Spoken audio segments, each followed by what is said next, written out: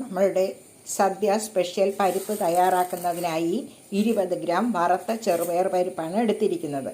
നിങ്ങൾ എപ്പോഴും ഈ പരിപ്പ് തയ്യാറാക്കുമ്പോൾ നന്നായി ഇതേപോലെ ഒന്ന് വറുത്തതിന് ശേഷം പരിപ്പ് തയ്യാറാക്കുകയാണെങ്കിൽ നല്ല ടേസ്റ്റാണ് കേട്ടോ. ഇനി ഇത് നന്നായി നമുക്കൊന്ന് കഴുകിയെടുക്കാം. ആദ്യം പരിപ്പ് നന്നായി കഴുകി ഇത് വേകുന്നതിന് ആവശ്യമുള്ള വെള്ളവും ഒഴിച്ചു കഴിഞ്ഞു. ഇനി ഇതിലേക്ക് നമുക്ക് പാകത്തിന് ഉപ്പിട്ട് കൊടുക്കുക. ഒപ്പം തന്നെ മഞ്ഞൾപ്പൊടിയും കൂടി ഇട്ട് കൊടുക്കുക. അതിനുശേഷം കുക്കറിൽ വെച്ച് 2 വിസിൽ വരുത്ത് എടുക്കുകയാണെങ്കിൽ വേഗം വെന്ത് കിട്ടും. അപ്പം നമുക്കൊന്ന് കുക്കറിൽ വേവിച്ചെടുക്കാം. സദ്യയ്ക്കുള്ള ചെറുപയർ പരിപ്പ് നമുക്കൊന്ന് വേവിച്ചെടുക്കാം. കുക്കർ തുറന്ന് പരിപ്പ് നമ്മൾ എടുത്തു കഴിഞ്ഞു. ഇതാണ്ടോ ഈ ഒരു പാകം ഇതിനൊക്കെ വെന്ത് കുഴഞ്ഞു പോകുമ്പോൾ ഇതിൻ്റെ ടേസ്റ്റ് കിട്ടില്ല. അതുകൊണ്ടാണ് ഈ ചെറുപയർ പരിപ്പൊക്കെ കറിയൊക്കെ വെക്കുമ്പോഴോ വറുത്തിട്ട് വേണം കറി വെക്കാൻ. ചെറുപയർ കറിയൊക്കെ വെക്കുമ്പോൾ നല്ല ടേസ്റ്റ് ആയിരിക്കും കേട്ടോ. മറ്റേത് ഒരുമാതിരി കുഴഞ്ഞ് ആകെ ഒരു തരമായിട്ടുണ്ടാവും. ഇതാണ്ടോ ഇത് നോക്കൂ എത്ര നല്ല ഇതാണ്. ഇനി ഇതിലേക്ക് നമുക്ക് അരച്ചു വെച്ച മസാല ചേർത്ത് തയ്യാറാക്കാം.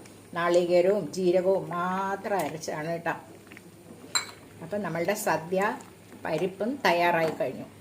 ഇതാ കാണുമ്പോൾ തന്നെ കൊതിയാവുന്നുണ്ട്. ഇത് അങ്ങോട്ട് നെയ്യും കൂടി ചേർത്ത് കഴിച്ചാൽ എന്താ സ്വാദെന്ന് അറിയാമോ? രുചികരമായ സദ്യ സ്പെഷ്യൽ പരിപ്പും തയ്യാറായി കഴിഞ്ഞു.